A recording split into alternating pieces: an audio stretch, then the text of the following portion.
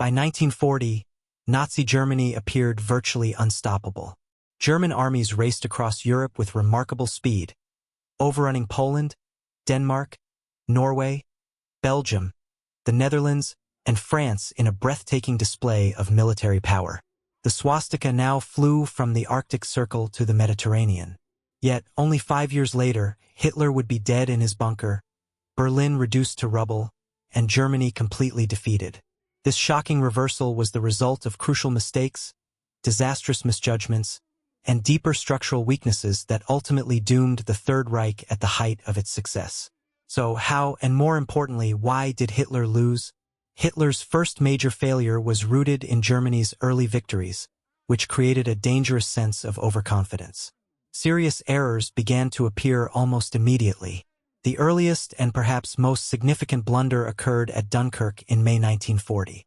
With the British Expeditionary Force trapped along the French coastline and facing destruction, Hitler inexplicably ordered his panzer divisions to halt just as they were prepared to strike the final blow. This puzzling decision allowed more than 300,000 Allied soldiers to escape across the English Channel in what later became known as the Miracle of Dunkirk. To this day, the motive behind this decision remains unclear. Some historians believe Hitler hoped to use this moment to negotiate peace with Britain. Others argue that German commanders feared heavy tank losses in the marshy terrain. Regardless of the reason, sparing Britain's army ensured that the British would continue fighting. This directly contributed to the emergence of a two-front war, a situation that would ultimately destroy Germany. Although many of the evacuated soldiers later fought in campaigns across North Africa and Europe, the D-Day landings were mostly led by units raised and trained afterward. Soldiers who might never have existed had Dunkirk ended differently. Had those forces been captured or destroyed, Britain's ability to continue the war would have been severely weakened, possibly forcing Churchill's government to seek peace and further compounding Hitler's error. Following this, Hitler turned his attention to the Battle of Britain. Influenced by Hermann Göring's exaggerated assurances, he attempted to bomb Britain into surrender rather than focusing on more critical strategic goals. The Luftwaffe deployed roughly 2,500 to 2,600 aircraft, while the Royal Air Force had around 600 to 800 operational fighters at the height of the conflict. However, Britain's advanced radar system and effective command and control network largely neutralized Germany's numerical advantage. Initially, German forces targeted RAF airfields and radar stations, bringing Britain's air defenses close to collapse. Just as Germany approached a decisive advantage, Hitler committed another disastrous mistake. After German bombs accidentally fell on London, Churchill ordered retaliatory air raids on Berlin. Furious at the attack on the Reich's capital, Hitler redirected the Luftwaffe away from military targets and toward the large-scale bombing of London and other cities. This change gave the RAF precious time to recover and reorganize. British fighter production, supported by factories that remained largely untouched, soon surpassed German output. The extended Blitz campaign drained Germany of valuable aircraft and irreplaceable veteran pilots, while Britain remained unbroken and capable of serving as a powerful base for future Allied operations. As a result, Operation Sea Lion, the planned invasion of Britain, was postponed indefinitely, ensuring that Germany would never fully secure its Western Front. Yet, as serious as these mistakes were, they would soon be eclipsed by Hitler's most catastrophic decision in the war. The invasion of the Soviet Union in June 1941, known as Operation Barbarossa, represented a level of strategic overreach almost beyond comprehension. It committed Germany to fighting a war on two fronts, the very situation that had led to the collapse of the German Empire during World War I. Motivated by his ideological obsession with expanding living space in the East and destroying what he viewed as racially inferior Bolshevism, Hitler initiated a war of annihilation against the largest country in the world. The scale of the operation was staggering. Around 3.8 million German and Axis troops crossed the Soviet border along an 1,800-mile front, supported by approximately 3,500 tanks and 2,700 aircraft. At first, the Wehrmacht pushed deep into Soviet territory with devastating impact. Within just 3 weeks, German forces had advanced nearly 450 miles, captured more than 400,000 prisoners, and destroyed thousands of Soviet aircraft, many of them while still on the ground. Hitler confidently believed that the Soviet state would collapse like a house of cards within 8 to 10 weeks. Instead, the invasion awakened a sleeping giant with virtually limitless manpower. The Soviet Union was capable of mobilizing over 300 divisions, more than the entire German army. The immense size of the USSR, stretching across 11 time zones, meant that even Germany's most impressive tactical victories barely weakened Soviet strategic reserves. As German forces moved forward, their supply lines became dangerously overstretched, while Soviet factories relocated beyond the Ural Mountains continued their production of weapons and equipment. Nazi brutality in the occupied territories transformed what some initially viewed as liberation from Stalin's rule into a desperate struggle for survival. Criminal orders issued to the Wehrmacht, including the Kommissar Order, which called for the execution of captured political officers and the neglect and starvation of millions of Soviet prisoners of war, ensured that surrender was no longer an option for Soviet forces.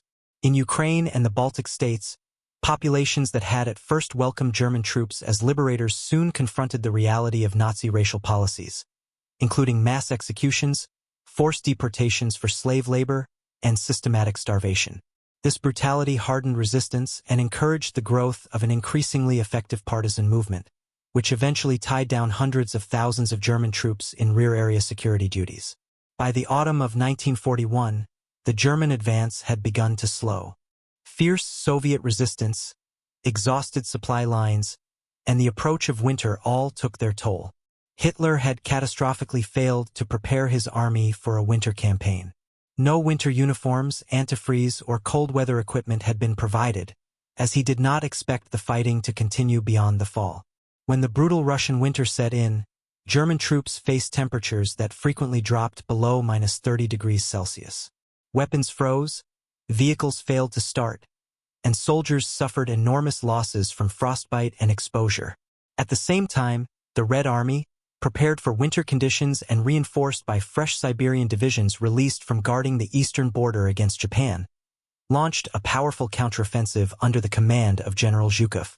The failure to capture Moscow marked Nazi Germany's first major setback on the Eastern Front.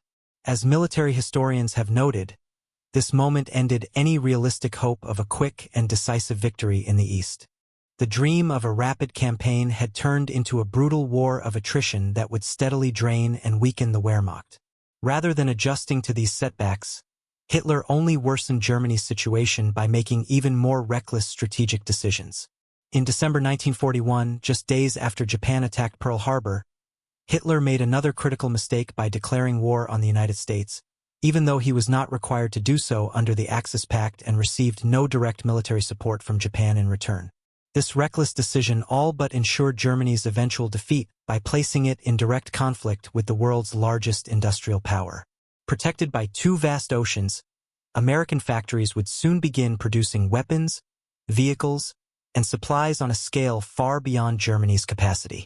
The United States alone would eventually mobilize nearly 16 million troops while manufacturing enough equipment to supply not only its own forces, but also those of Britain and the Soviet Union through the Lend-Lease program. Germany's declaration of war also brought the U.S. Navy into the Battle of the Atlantic, where German U-boats had previously been among the Reich's most effective weapons against British supply lines. With American involvement, however, naval escorts, radar-equipped aircraft, and mass-produced destroyer escorts soon shifted the balance, sharply reducing the effectiveness of German submarines. At the same time, on the Eastern Front in 1942, Hitler's obsession with symbolic and political victories led directly to the catastrophe at Stalingrad. Instead of concentrating his forces for a decisive strike on either Moscow or the vital oil fields of the Caucasus, he once again pursued multiple objectives at the same time. His decision to capture both Stalingrad and the Caucasus oil fields split his forces and dangerously overstretched Army Group South. Moreover, choosing to fight directly for the city of Stalingrad rather than simply cutting off the traffic along the Volga River turned a strategic target into a battle of pride and prestige that drained irreplaceable German resources. What followed was a brutal and prolonged period of urban warfare, in which Germany's advantages in speed, armor, and coordinated tactics were largely neutralized. Soviet defenders, entrenched in the ruins of their own city, proved almost impossible to dislodge despite months of intense fighting. In November 1942, Soviet forces launched Operation Uranus, encircling the German Sixth Army. Faced with a critical decision, Hitler's generals urged him to permit a breakout and organized retreat to stronger defensive positions. He refused. Instead, he ordered the surrounded army to hold its ground, promising supplies would arrive by air, a promise that could never realistically be fulfilled. For 3 long months, the Sixth Army endured starvation, freezing temperatures, and constant bombardment, while Hitler continued to reject every proposal for evacuation. In February 1943, more than 90,000 German soldiers finally surrendered. This disastrous defeat is widely regarded by historians as the true beginning of the end for Nazi Germany. The total destruction of an entire army not only removed elite and experienced troops from the battlefield, but it also shattered the long-standing myth of German invincibility. From that point onward, German forces were forced into a permanent defensive position on every front. These failures were not merely the result of poor military judgment. They stemmed from something even more dangerous: Hitler's extreme ideology and growing megalomania. He did not see the Second World War as a conventional military conflict, but as an ideological crusade, a so-called racial struggle and an all-or-nothing fight against communism. This distorted worldview steadily corrupted German strategic thinking at every level. Traditional military goals such as securing territory, controlling resources, and neutralizing enemy forces were repeatedly pushed aside in favor of ideological objectives that made little strategic sense. As a result, the German war effort often worked against its own interests. In occupied Eastern Europe, Nazi racial policies turned what could have been one of Germany's greatest strategic advantages into one of its most damaging liabilities. When German troops first entered Soviet territory, many local populations, especially in Ukraine, the Baltic states, and Belarus, initially welcomed them as liberators from Stalin's brutal rule. The Soviet system had inflicted widespread suffering through forced collectivization, mass deportations, and political purges. Millions had endured severe repression under communist control, and some genuinely believed that German occupation might offer relief. In fact, certain Ukrainian and Baltic groups even volunteered to support German forces in the fight against the Red Army. Rather than taking advantage of this opportunity, however, Nazi racial ideology demanded that Slavic populations be treated as inferior. Heinrich Himmler's General Plan Ost called for the systematic removal, enslavement, or destruction of tens of millions of Slavs to make space for German settlers. It quickly became clear to the local population that Nazi rule was even more brutal than Soviet oppression. Policies of mass execution, forced deportation for slave labor, and systematic starvation transformed potential allies into determined enemies. Communities that might have provided intelligence, supplies, and manpower instead became strongholds of resistance. As a result, the Wehrmacht was forced to fight not only the Red Army but also an increasingly organized and effective guerrilla movement. This partisan warfare tied down vast numbers of German troops in rear-area security operations. By 1944, hundreds of thousands of soldiers were engaged in anti-partisan duties throughout occupied Europe, forces that were desperately needed on the front lines. These security units, which were often made up of older reservists and foreign volunteers, proved increasingly incapable of defeating resistance fighters who had strong local support and deep knowledge of the terrain. At the same time, Hitler's obsession with exterminating Jews and other targeted groups diverted enormous resources away from the actual war effort. The Holocaust was not only a moral catastrophe, it was also a strategic disaster. Rail lines that were urgently needed to transport troops, fuel, and equipment were instead used for deportation trains. Factories that could have supported arms production were repurposed for mass murder. The SS consumed vast amounts of manpower, material, and administrative capacity to carry out genocide that could otherwise have strengthened Germany's military capabilities. Skilled Jewish workers, engineers, scientists, and technicians, individuals who might have contributed significantly to German industry and research, were instead systematically eliminated.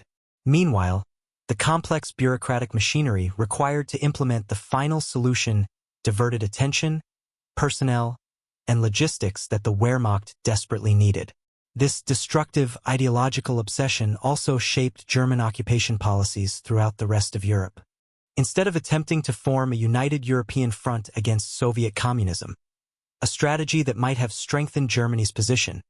Nazi racial doctrine demanded the harsh subjugation of those deemed inferior.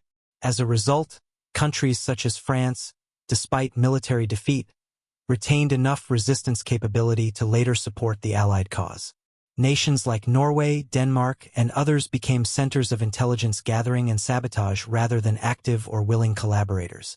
As the conflict intensified, Hitler's early diplomatic achievements in the late 1930s created a dangerous level of overconfidence. He became convinced that he possessed extraordinary military insight.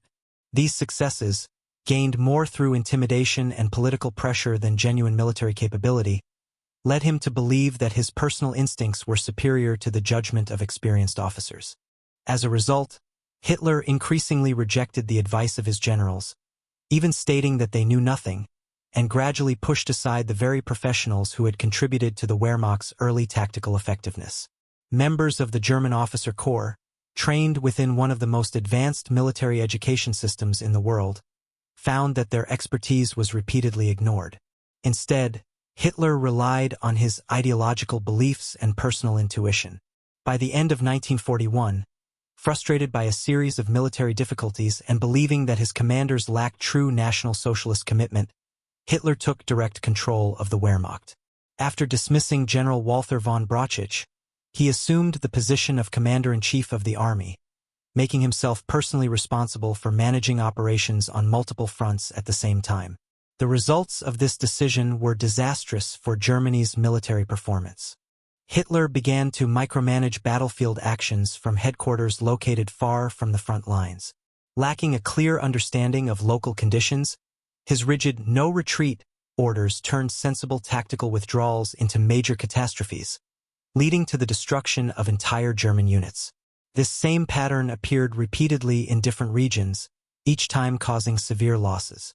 At Stalingrad, experienced officers urgently requested approval to conduct an organized withdrawal to stronger defensive positions. Hitler, however, refused to surrender any territory. His inflexible stance resulted in the encirclement and annihilation of the entire Sixth Army. More than 200,000 German soldiers were killed, wounded, or captured in a battle that offered little strategic gain beyond protecting Hitler's image. In North Africa, a similar lack of flexibility prevented Rommel from using a mobile defensive strategy that might have saved the Afrika Korps. When the British Eighth Army launched its offensive at El Alamein, German forces were ordered to hold fixed positions, eliminating their advantage in fast-moving warfare. This led to yet another heavy defeat that could likely have been avoided through a more adaptable approach. The Normandy campaign presented perhaps the clearest example of Hitler's poor military judgment. When Allied troops landed on D-Day, German commanders in the area immediately realized the importance of the invasion and requested permission to deploy panzer reserves. However, because Hitler was sleeping and would not be disturbed, vital decisions were delayed for several critical hours. Even more damaging was his belief that the Normandy landings were only a diversion. Influenced by successful Allied deception efforts, he remained convinced that the main invasion would still occur at Pas-de-Calais. For weeks after D-Day, he continued to hold back Germany's strongest divisions. By the time he accepted the reality of the situation, Allied forces had already secured a strong and irreversible position in France. This pattern of excessive control was not limited to battlefield decisions. It also affected long-term strategy and technological development.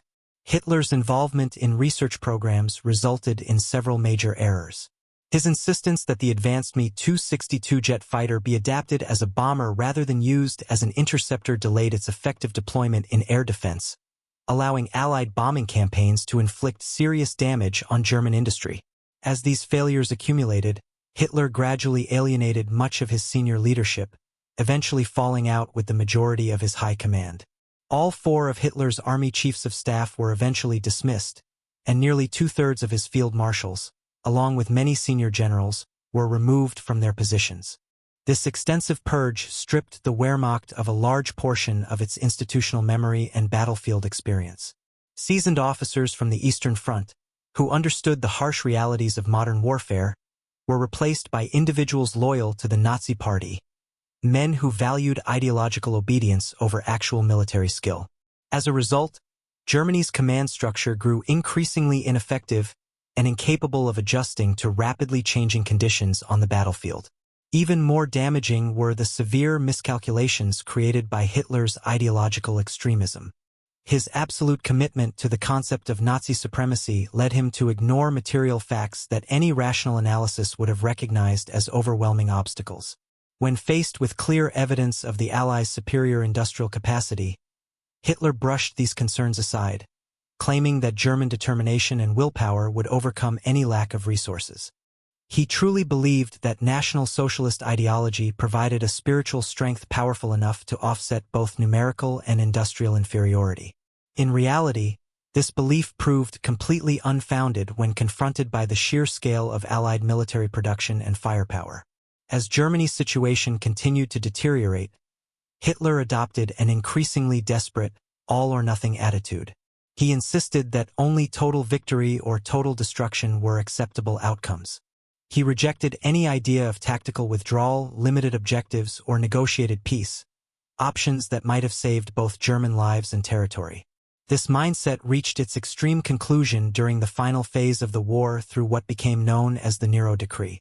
Under this order, Germany's own infrastructure was to be systematically destroyed as Allied forces advanced.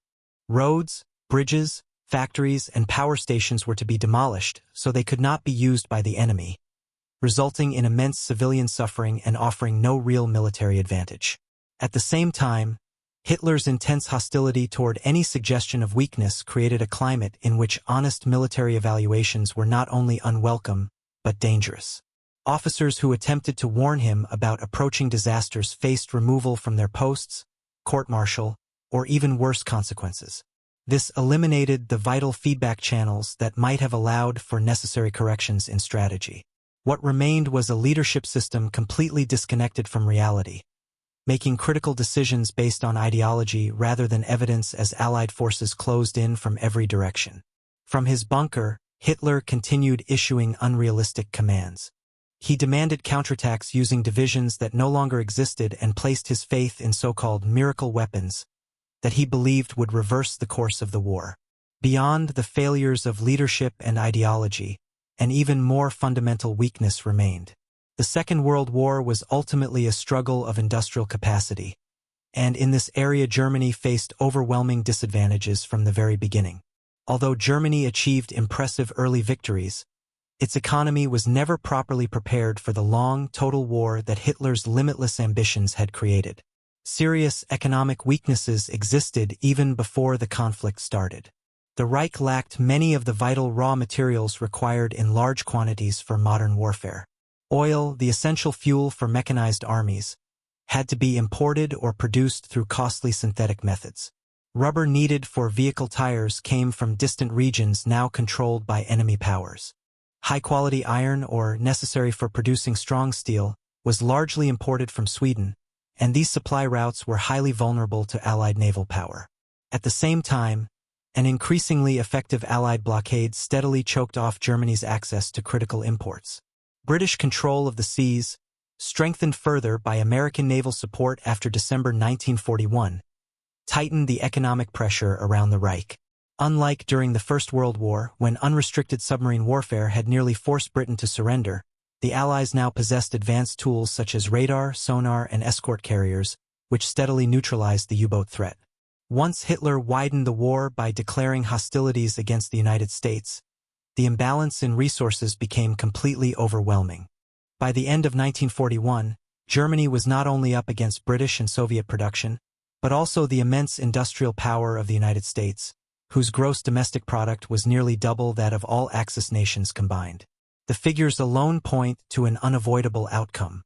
American factories, safely shielded by two oceans and driven by mass production methods developed in Detroit's automobile industry, began turning out weapons and equipment on an unimaginable scale. In 1944, the United States produced approximately 114,000 aircraft, while Germany managed only around 40,000, almost a 3-to-1 difference in just a single year. Even more striking was American ship production. Throughout the war, more than 2,700 Liberty ships were launched, replacing merchant losses faster than German submarines could sink them. Innovative construction methods introduced by Henry Kaiser shortened building time from months to mere weeks, with some ships completed in as little as 4 days. This industrial achievement ensured that Allied supply routes remained operational, despite intense U-boat campaigns. Tank production showed similar imbalances. By 1943, the Soviet Union alone was manufacturing more than 24,000 tanks each year, and the United States added another 29,000. In contrast, German tank output reached a peak of about 19,000 vehicles in 1944. While impressive by historical standards, this number was hopelessly insufficient when compared to the combined Allied total of over 50,000 tanks per year. Even with Albert Speer's notable reforms in the final years of the war, German production could not catch up. After becoming Minister of Armaments in 1942, Speer implemented measures that increased efficiency through rationalization and the brutal use of forced labor. As a result, aircraft production in Germany tripled between 1942 and 1944, and ammunition output rose by roughly 300%. Nevertheless, these improvements came too late and started from too small a base to change the overall balance. By 1943, the Allies were producing 5 to 6 times more aircraft each year than Germany, and they held similar advantages in nearly every major category of military equipment. In addition to this, the Allies possessed an overwhelming advantage in manpower. At the height of the conflict, around 26 million Allied soldiers were under arms, compared to approximately 17 million troops on the Axis side. This gap continued to grow as the war went on, and Germany's aging population could not keep pace with Allied recruitment and mobilization. This industrial and manpower disparity became even more fatal when combined with Germany's severe shortages of essential resources. Oil, in particular, became the Reich's greatest weakness. Its mechanized military consumed fuel at a rate that domestic production and synthetic fuel plants were unable to support. Before the war, Germany had imported about 85% of its oil, mainly from the Soviet Union and Romania. The launch of Operation Barbarossa immediately cut off Soviet supplies, and although Romania's oil fields were critically important, they could cover only a small portion of the Wehrmacht's total needs. Synthetic fuel production, concentrated in large industrial facilities such as the Luna Works, demanded enormous investments in coal and infrastructure while producing only relatively limited amounts of gasoline. Hitler's 1942 campaign toward the oil-rich Caucasus region was a desperate effort to secure reliable fuel supplies for continued military operations. When that offensive failed, German forces began to face a severe fuel crisis that became critical by 1944. Luftwaffe pilots saw their training hours drastically reduced due to shortages, creating a downward spiral in which poorly trained flyers were increasingly outmatched and shot down by more experienced Allied airmen. By the final year of the war, German panzer divisions were effectively immobilized because of insufficient fuel. The once feared Wehrmacht, built on rapid mechanized movement and blitzkrieg tactics, became increasingly dependent on horse-drawn transport, a method more typical of earlier periods of warfare. At the same time, the Allies used their industrial and economic strength to launch devastating strategic bombing campaigns aimed at dismantling German war production. Beginning in 1943, large Allied bomber formations attacked German industrial centers continuously in one of the most extensive economic warfare campaigns in history. The scale was immense. By 1944, the Allies were dropping hundreds of thousands of tons of bombs each year on targets across Germany, a total exceeding the combined payload of German bombers used during the Blitz against Britain.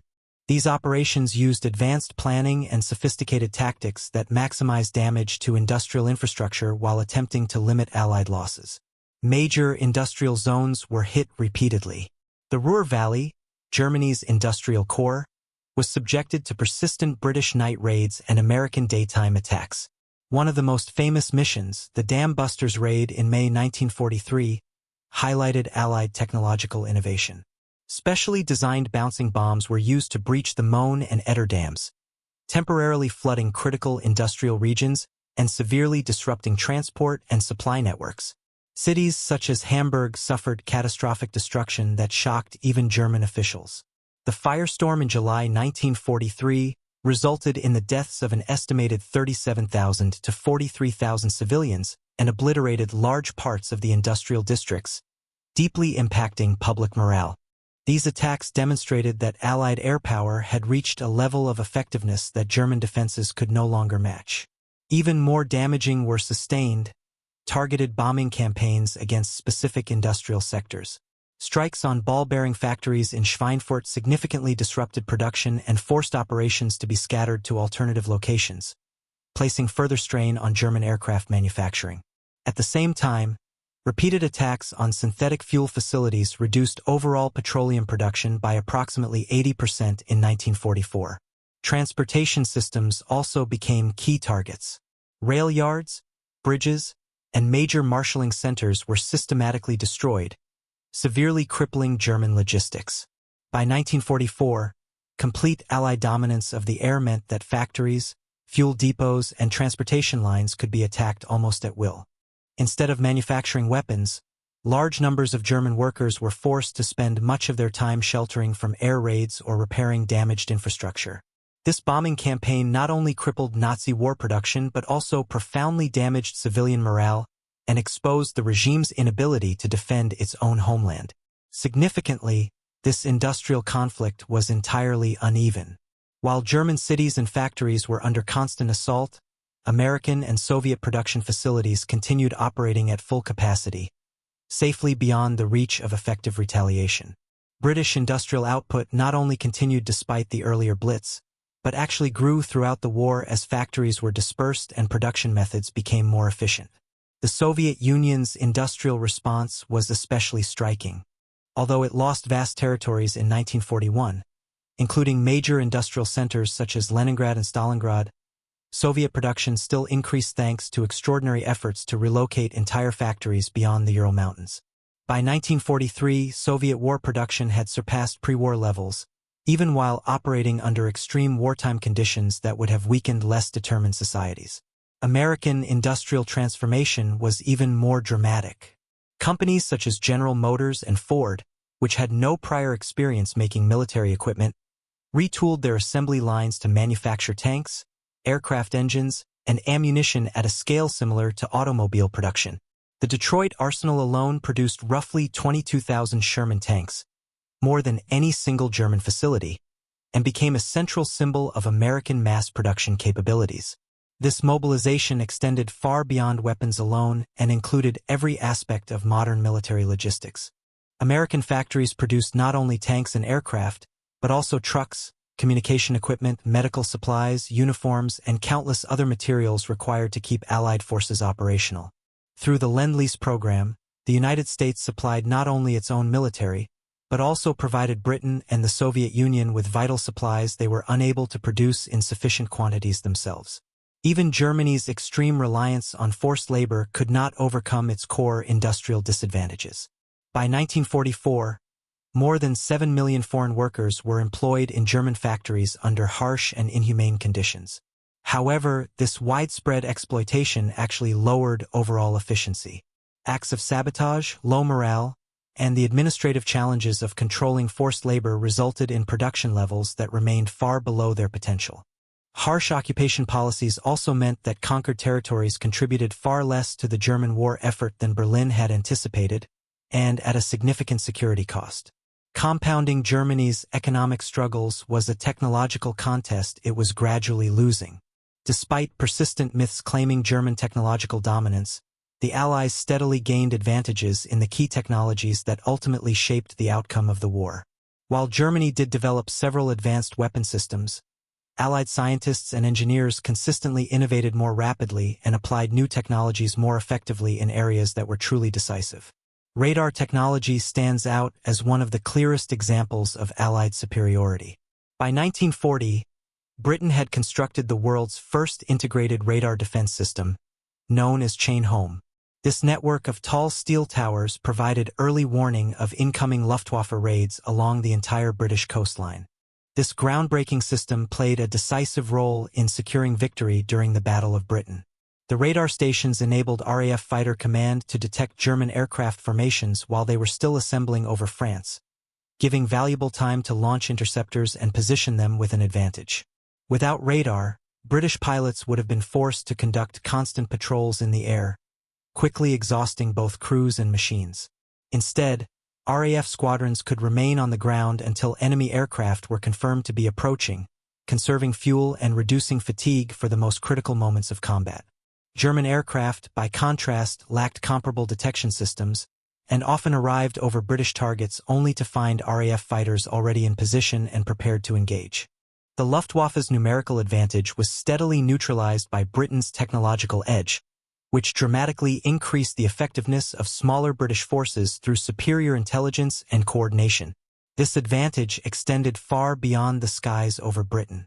In the Battle of the Atlantic, Allied radar innovations methodically overcame Germany's submarine campaign. Early radar systems used long wavelengths that U-boats could detect and attempt to avoid. In response, Allied scientists developed microwave radar with much shorter wavelengths, which submarines could not detect, leaving them vulnerable to surprise attacks. Small escort carriers equipped with radar-guided aircraft began to travel alongside merchant convoys, transforming the strategic balance almost overnight. U-boats that had once operated freely on the ocean surface now found themselves under constant aerial observation. By 1943, German submarines were being destroyed faster than they could be replaced, forcing Admiral Dönitz to acknowledge defeat in the Atlantic campaign, which had been one of Germany's most effective means of cutting British supply lines. Even more crucial was Allied dominance in cryptography and early computing technology. The successful breaking of Germany's Enigma code was more than an intelligence victory. It was a major technological breakthrough that gave the Allies an extraordinary ability to anticipate German actions. The code-breaking effort at Bletchley Park was not based solely on mathematical skill. It required the creation of groundbreaking machines that were far ahead of their time. The Colossus computers, used to decipher German diplomatic and high-level military communications, became some of the world's first programmable electronic computers, capable of processing information at speeds impossible by human calculation alone. This technological advantage provided the Allies with an unprecedented view into German strategic planning. Known as ultra-intelligence, it allowed Allied commanders to track German troop movements, supply conditions, and battle plans, almost as if they were observing from inside German headquarters. This edge is believed to have shortened the war by as much as 2 years and saved countless Allied lives. At the same time, German cryptographic systems, although advanced in design, proved vulnerable to consistent Allied decoding efforts. Germany's confidence in the security of Enigma led to careless communication habits, which further strengthened Allied intelligence advantages across every front of the war. Germany also faced serious shortcomings in several key military technologies. Most significant was Hitler's failure to develop a long-range strategic bomber force comparable to that of the Allies. This decision proved disastrous for Germany's ability to strike targets beyond continental Europe. While the Allies deployed massive fleets of 4-engine bombers, including B-17 Flying Fortresses, B-24 Liberators, and Avro Lancasters, capable of delivering enormous payloads across vast distances, the Luftwaffe depended primarily on medium bombers such as the Heinkel He-111 and Dornier Du-217, which had limited range and carrying capacity. This technological gap meant that Germany had no effective way to disrupt American wartime production. While Allied bombing campaigns systematically shattered German industry, factories in cities such as Detroit and Pittsburgh continued operating at full capacity, safely beyond the reach of German aircraft and completely immune to retaliation.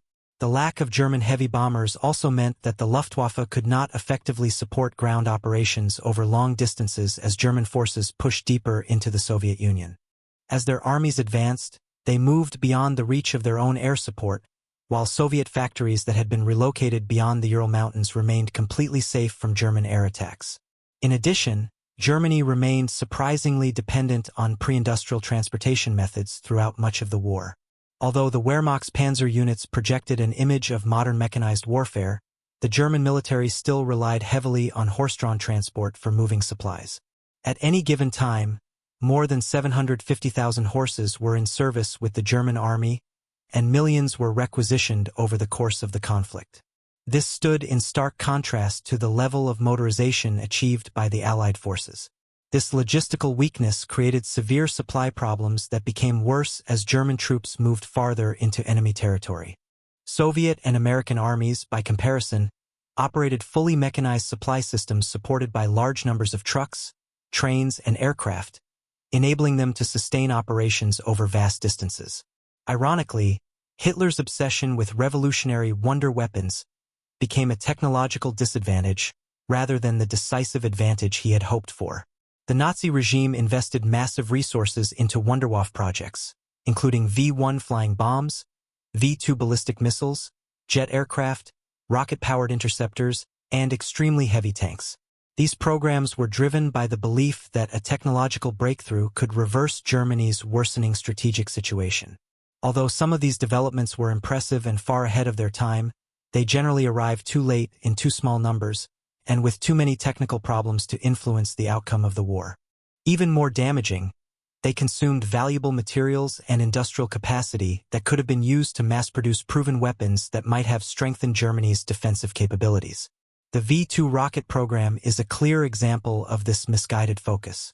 When it was first deployed in late 1944, the V-2 was a revolutionary weapon, the world's first operational ballistic missile, capable of supersonic flight and impossible to intercept with existing air defenses.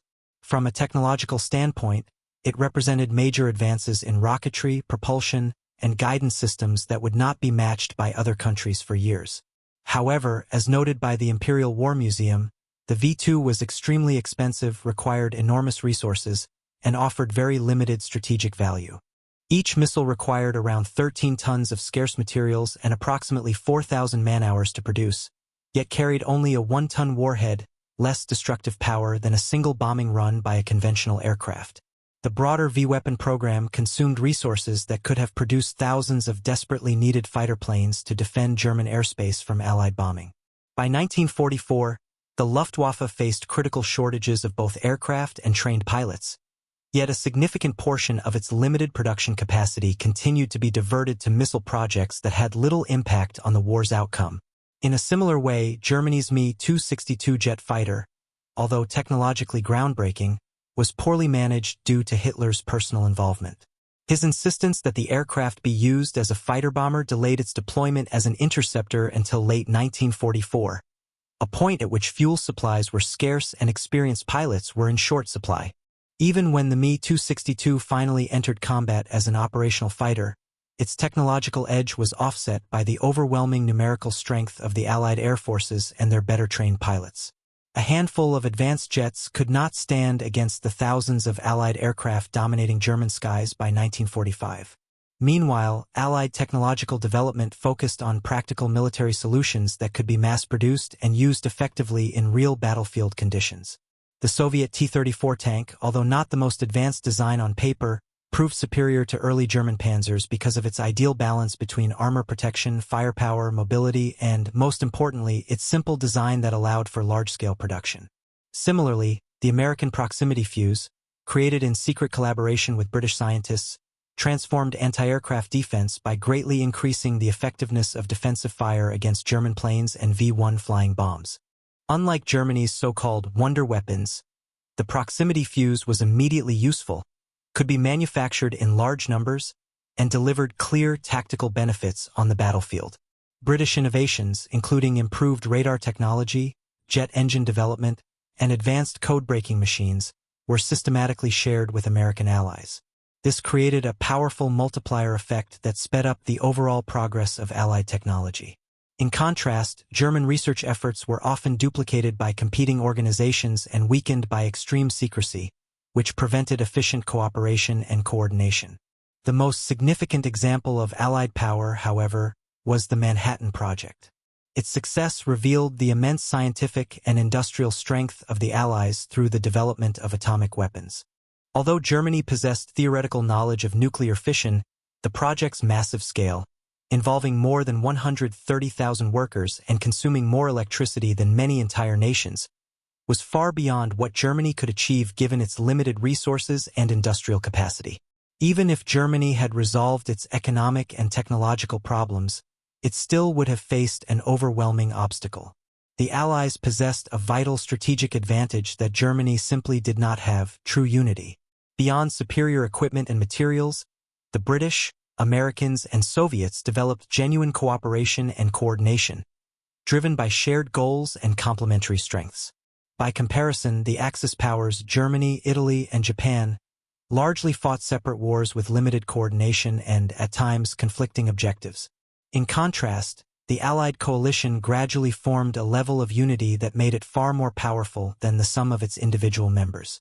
Achieving this required setting aside deep ideological differences that once seemed impossible to overcome. Capitalist democracies and the Communist Soviet Union temporarily put aside their opposing views on politics, economics, and society in order to defeat a shared enemy. This accomplishment was truly remarkable. Churchill's Britain, Roosevelt's United States, and Stalin's Soviet Union, each representing vastly different political systems, successfully coordinated their strategies, shared resources, and maintained discipline within the alliance throughout 4 years of global war. Allied leaders held frequent high-level meetings that resulted in real strategic agreements rather than empty diplomatic gestures. The Casablanca Conference of January 1943 established the critical policy of unconditional surrender and coordinated the invasion of Italy. The Tehran Conference in November 1943 brought Roosevelt, Churchill, and Stalin together to finalize the timing and objectives of the cross-channel invasion of France. The Yalta Conference in February 1945 organized the final attack on Germany and outlined plans for post-war occupation. These meetings were not simply symbolic events or photo opportunities. They produced binding agreements that directly shaped military operations around the world. By 1944, this level of coordination made complex, multi-front campaigns possible, gradually overwhelming Germany's capacity to respond effectively. The Western Allies opened the long-promised Second Front in Normandy, exactly as Stalin had insisted, drawing German troops away from the Eastern Front and easing pressure on the Red Army at the critical moment when Soviet forces were preparing their own large-scale offensives. This two-front coordination created an impossible strategic challenge for German commanders. Hitler's already stretched forces could not be strong in every region at the same time. Reinforcing defenses in France meant weakening positions in the east, while focusing on Soviet advances left Western Europe exposed to Allied amphibious landings. As a result, the multi-front war steadily diluted German strength and prevented the Wehrmacht from achieving decisive superiority in any single location. At the same time, Hitler struggled with divided and unreliable allies who often caused more problems than they solved. Mussolini's Italy proved to be more of a burden than a benefit, forcing Germany to commit troops to support failing Italian campaigns in Greece, North Africa, and the Balkans.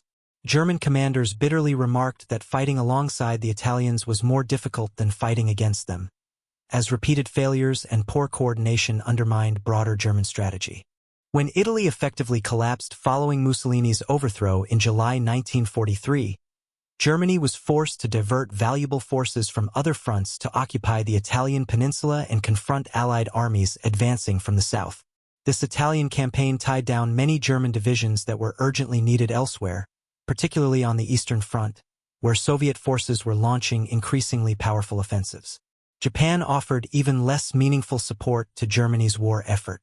Despite their formal alliance, Japanese strategy in the Pacific remained largely disconnected from German objectives in Europe. Japan's attack on Pearl Harbor brought the United States into the war, but provided no direct benefit to Germany's struggles against Britain or the Soviet Union. In fact, Japan's decision to remain neutral toward the Soviet Union allowed Stalin to redeploy experienced Siberian divisions to defend Moscow at a critical moment in December 1941. The contrast between Allied unity and Axis disunity was both clear and decisive. While German forces were largely fighting alone against the combined power of 3 major nations, the Allies benefited from mutual support that multiplied their individual strengths many times over. Their cooperation went far beyond battlefield strategy and extended into intelligence sharing, technological collaboration, and the coordinated distribution of resources on an unprecedented scale. This organized partnership created powerful synergistic effects that enhanced the already significant material advantages of each Allied nation. British technological breakthroughs, including radar systems, jet engine development, cryptographic methods, and naval innovations, were regularly shared with American engineers and manufacturers. This transfer of knowledge allowed American industry to produce British-inspired equipment in enormous quantities, while American manufacturing expertise helped refine British designs for mass production. In a similar way, Soviet battlefield experience and tactical innovations were shared with Western allies through military missions and intelligence exchanges.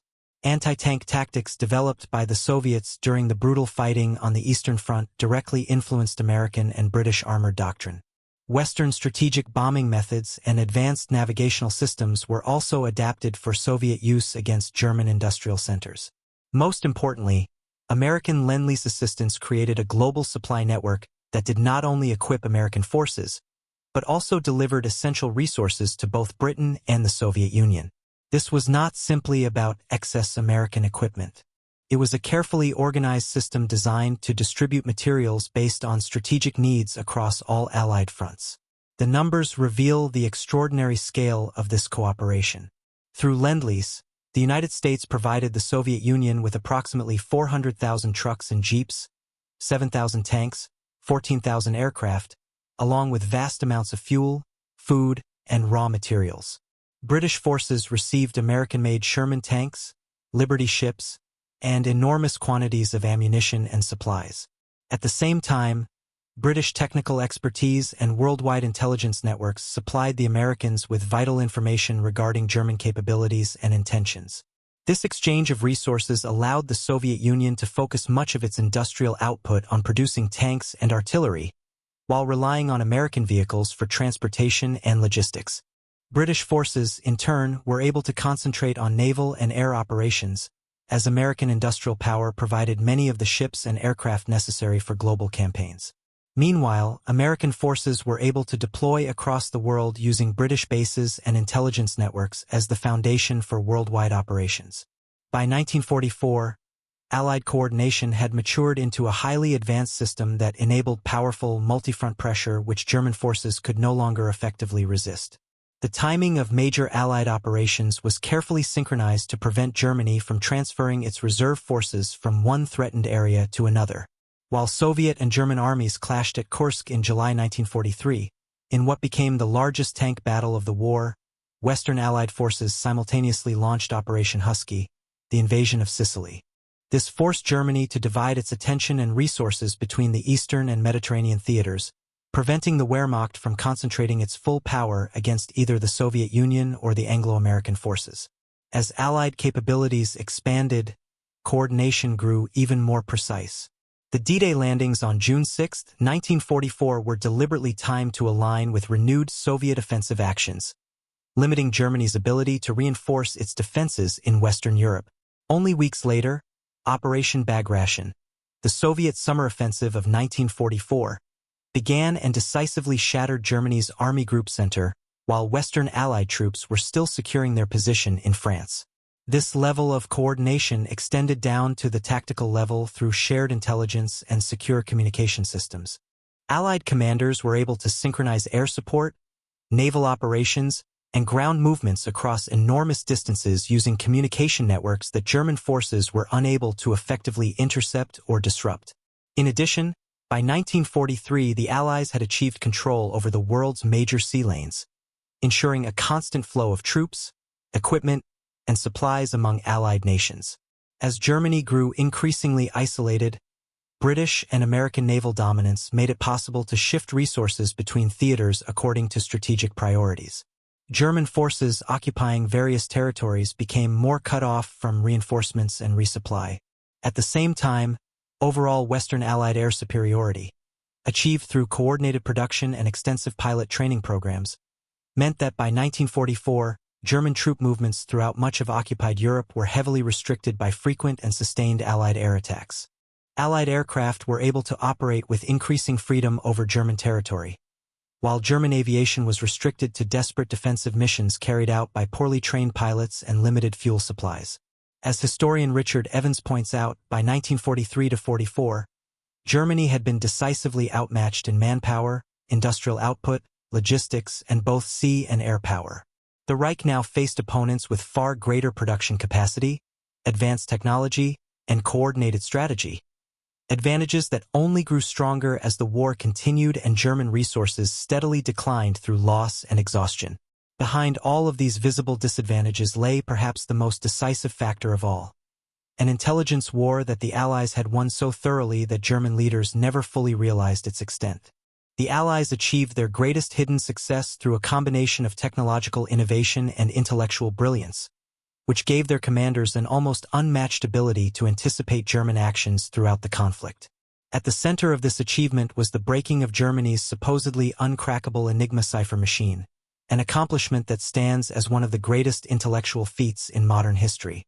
Enigma represented the height of 1930s cryptographic technology, with more than 150 trillion possible settings. German code specialists were convinced their communications were completely secure. The machine's complexity seemed to guarantee that even if an enemy captured an Enigma device, decoding its messages would be impossible without knowing the exact daily settings used by German operators.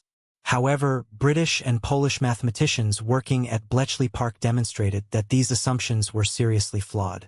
Through exceptional mathematical work, the acquisition of captured equipment, and the use of groundbreaking computing technology, Allied codebreakers succeeded in reading a vast number of German messages throughout the war.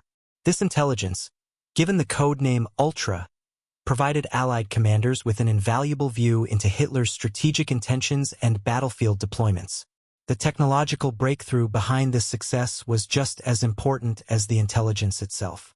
Breaking Enigma required the creation of advanced electromechanical machines known as bombs, which were capable of testing thousands of possible Enigma settings in a matter of hours rather than the many years manual analysis would have taken. Later, the even more advanced Colossus machines, used to break German diplomatic and high-level military communications, became some of the world's first programmable electronic computers. Far ahead of their time, these innovations gave the Allies consistent access to German strategic thinking at the highest levels. Ultra-intelligence revealed not only tactical details such as troop movements and supply conditions, but also broader information about German war production, research programs, and even Hitler's direct instructions to his commanders. During the Battle of the Atlantic, this advantage was especially decisive. As early as 1941, and increasingly through 1943, Allied codebreakers regularly intercepted and read German U-boat radio transmissions, including patrol routes, attack orders, and position updates. This allowed Allied convoy commanders to redirect merchant ships away from submarine patrol zones while guiding anti-submarine forces to intercept German submarines at their most vulnerable moments. The results were catastrophic for German naval operations. By 1943, U-boats were being destroyed faster than Germany could replace them. This forced Admiral Dönitz to pull his remaining submarines from the North Atlantic, a period he later referred to as Black May. Dönitz himself later admitted that Allied intelligence capabilities played a decisive role in Germany's defeat in the Battle of the Atlantic, which had been the Reich's most effective method of cutting Britain's supply lines. But the Allied advantage went far beyond codebreaking alone. They also mastered sophisticated deception operations that repeatedly fed Hitler false information at critical moments throughout the war. These efforts were not limited to simple rumors or forged documents. Instead, they were carefully planned, large-scale campaigns designed to turn Germany's own intelligence system against itself. Operation Fortitude, the elaborate deception campaign surrounding D-Day, stands as one of the greatest intelligence achievements of the conflict. The Allies created an entirely fictional First U.S. Army group supposedly commanded by General Patton. They supported this illusion with inflatable tanks, simulated radio transmissions, fake supply depots, and even dummy airfields filled with wooden aircraft. German reconnaissance flights over southeastern England captured images that appeared to show massive military preparations aimed at Pas-de-Calais rather than Normandy. At the same time, German agents operating within Britain, most of whom had been captured and converted into double agents, provided the Wehrmacht with detailed reports confirming the false narrative of an upcoming invasion at Calais. This deception was so thorough and convincing that when Allied forces actually landed at Normandy on June 6, 1944, Hitler and the German High Command initially dismissed the assault as a distraction. Believing that the main invasion would still take place at Calais, they held back their strongest panzer divisions for several crucial weeks. The German 15th Army remained positioned around Calais, delaying the movement of major reinforcements to Normandy. This hesitation proved critical to the success of Operation Overlord. By the time German leaders finally recognized that Normandy was the true main effort, Allied troops had already secured and expanded their foothold in Western Europe, making it impossible to push them back into the sea. The deception had effectively neutralized Germany's best chance to defeat the invasion at the shoreline. Similar intelligence operations were carried out successfully in other theaters of the war. In 1943, Operation Mincemeat used a corpse carrying falsified invasion plans to convince German commanders that the Allies would attack Greece instead of Sicily, prompting Germany to shift forces away from the real target. In the Pacific theater, Allied intelligence efforts led Japanese leaders to believe that the primary American advance would occur through the Central Pacific rather than toward the Philippines, contributing to strategic mistakes that hastened Japan's defeat. At the same time, German intelligence services suffered from internal rivalry, organizational chaos, and Hitler's deep mistrust of professional intelligence officers. The Abwehr, Germany's military intelligence organization, was eventually taken over by Heinrich Himmler's SS after repeated failures to correctly assess Allied plans and capabilities. German intelligence agencies were plagued by structural flaws that individual talent could not overcome. Multiple organizations, including the Abwehr, SS Intelligence, Foreign Ministry Intelligence, and Nazi Party intelligence branches, frequently worked against one another, duplicating efforts while refusing to share critical information. Hitler's own paranoia further undermined accurate analysis and effective coordination, weakening Germany's ability to respond to real threats. He often dismissed intelligence reports that challenged his own beliefs, while advancing officials who told him what he wanted to hear instead of what the evidence showed. This created a deep, built-in bias toward overly optimistic assessments that repeatedly underestimated the strength and intentions of the Allied forces. Most importantly, German codebreakers never developed anything comparable to the Allied Ultra program. Even though Germany had some of the world's best mathematicians and engineers, their cryptographic efforts were weakened by limited resources, internal conflicts, and the belief that their communications were completely secure.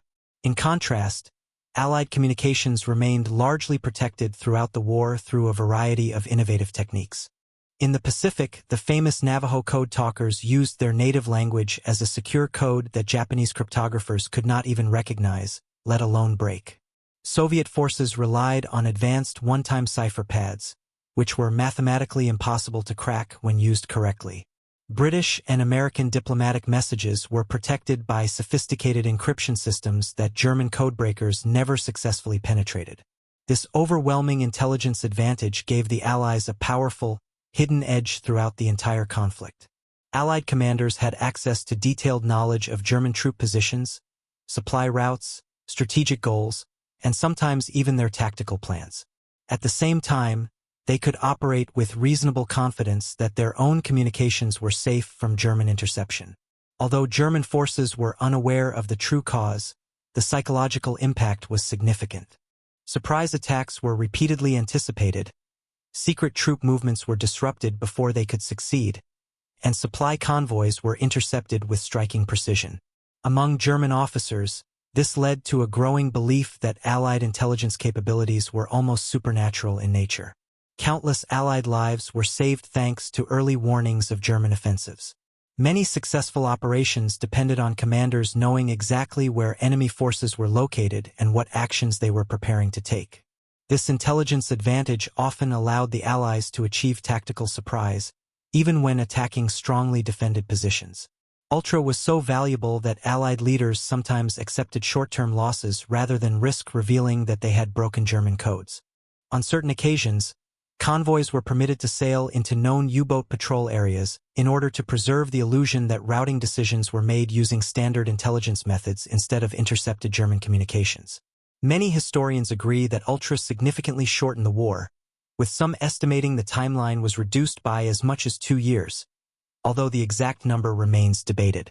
What is certain is that this consistent intelligence superiority gave the Allies an overwhelming advantage, one that German forces never fully recognized and never successfully countered. Hitler ultimately lost the Second World War because he unleashed a chain of forces that Germany could not survive. His reckless expansion, launching multiple wars against nations with far greater resources, was driven by ideological extremism that clouded his judgment and turned possible partners into determined enemies. Germany's destruction was sealed by the very traits that defined his leadership: aggression that provoked a powerful coalition, arrogance that led to catastrophic mistakes, and brutality that united the world against the Nazi regime. Major turning points such as Stalingrad, El Alamein, Kursk, and D-Day were not isolated incidents. They were the natural result of these deeper problems combining into an unstoppable collapse. However, an important question remains. How did an Austrian corporal with no political background manage to take control of one of Europe's most advanced nations and set in motion the deadliest conflict in human history? The disturbing rise of Hitler, from a failed artist to an absolute dictator, offers lasting lessons about how fragile democracy can be, lessons that remain unsettlingly relevant even today.